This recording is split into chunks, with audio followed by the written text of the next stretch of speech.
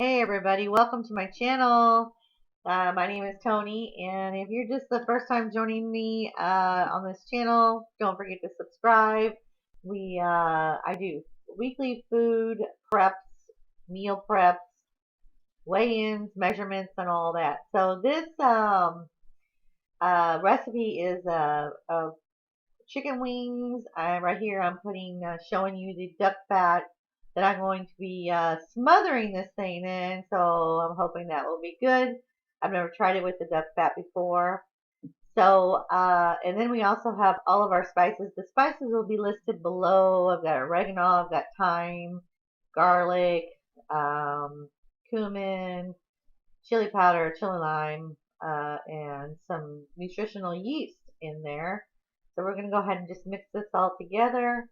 So just mixing it so we can get the chicken wings all ready to go. Now what I'm going to be doing next is I washed all the chicken wings and I'm going to be patting them dry. So in order to get chicken wings that are, but in the meantime, I'm going to show you what I'm going to be doing next. This is my soup bones that I'm going to be making a bunch of bone broth with this. Now, take in mind, it's going to be cooking for a long time. So I just wanted to show you what we're doing next and get ready for that. So right here is I have my chicken wings. I'm patting them dry to get the crispy chicken wings that I absolutely love. You want to make sure you get all the water off of them as much as you possibly can to the point that they look matte, dry, matte looking. So the next one is we're going to put all the spices and then the oil on here. I put the oil on first and then the duck fat on first, and then I put all the spices together. We're going to pop these into the oven. I actually going to sprinkle some nutritional yeast over them before I put them in the oven, and they're going to go about 390, 400 for about 30 to 40 minutes. I really like mine done. So as you can tell, the temperature looks really good on here. So like 171, 172 is about right for me. Just your preference on that. So I'm just checking around on each one of them to make sure they're all done. So this is going to be divvied up to a couple of meals. So now I have my side dishes, which is a side salad with cucumbers, cheese, bacon, olives. I've got a little bit of goat cheese in there, some blue cheese in there. This salad, I made some yogurt salad dressing. It's just salad dress. It's just yogurt, Greek yogurt, the non-fat with some dill in it, and I just love that combo. So that's my combo for that. Here is our soup bones.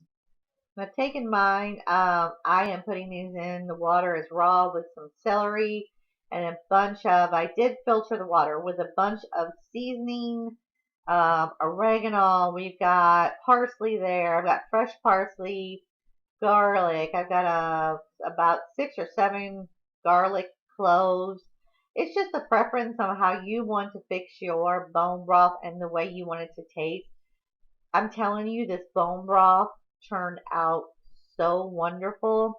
Um, it it blew me away, actually. I drink it every morning. I try to at least get a little sip in of the bone broth. It's so good for you. Look that up on how good bone broth, homemade especially, is good for you. Take any bones like chicken bones, chicken necks, beef bones. Like these are a beef bone. And then I put a bunch of celery in there because I wanted it to have a little bit of a celery taste to it. Afterwards, what I did with the celery that's coming up, I actually cut the end off there and I put it in some water, and I'm going to actually grow myself some celery. And it's my first time doing it, so it's just kind of a first time thing, but I looked the other day and it is growing great. I just can't believe I'm actually growing celery. So that's the parsley that's going in. This parsley is actually fresh from our our little nursery at work that we have. We have a nursery at work. That's some cayenne pepper, as you can tell.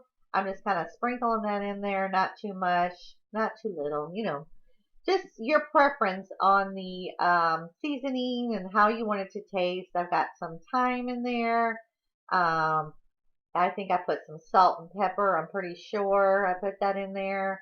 I didn't want it too salty because I like to add my salt in later after it's all said and done. We got some black pepper. I love the pepper, as you can tell.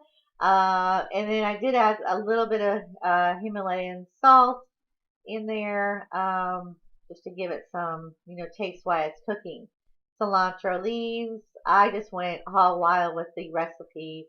I did make nutritional yeast right there. I did make some actual um, vegetable bouillon with like this one time. It just had a bunch of vegetables in it, and I froze that, and that was to die for. It was so good. So the apple cider vinegar, if you don't know this already, it actually helps break down the bone marrow in the bone. I put about a good heaping of 2 tablespoons of it. As you can tell, I probably put a little bit more than that. But I did not taste that apple cider vinegar after I was done at all. Look at that, you guys. It just, all the colors in there just look so good. This, I didn't know that it was going to take as long as it did. Just know that you need to start this at early morning and then just let it set. Bring it to a boil and then let it set for, on simmer for a long time. So you can tell it's about 1:30 there. I set it for about 12 hours, I do believe, if I remember right. I was setting it for 12 hours or maybe 10 hours.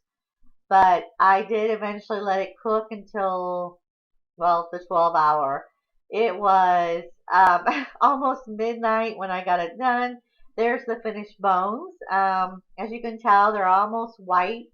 What I did is I strained this 3 or 4 times after it was done because I wanted to get all the gunk and the oil that was accumulated at the top. I want to get that all out of there.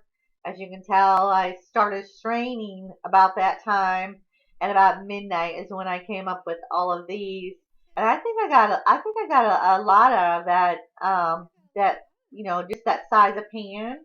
And you can tell already that the oil is already accumulating at the top, and when I did was I looked in the refrigerator the day after, there was maybe a 1/4 inch of oil that had accumulated. You want to remove that before you drink it, of course.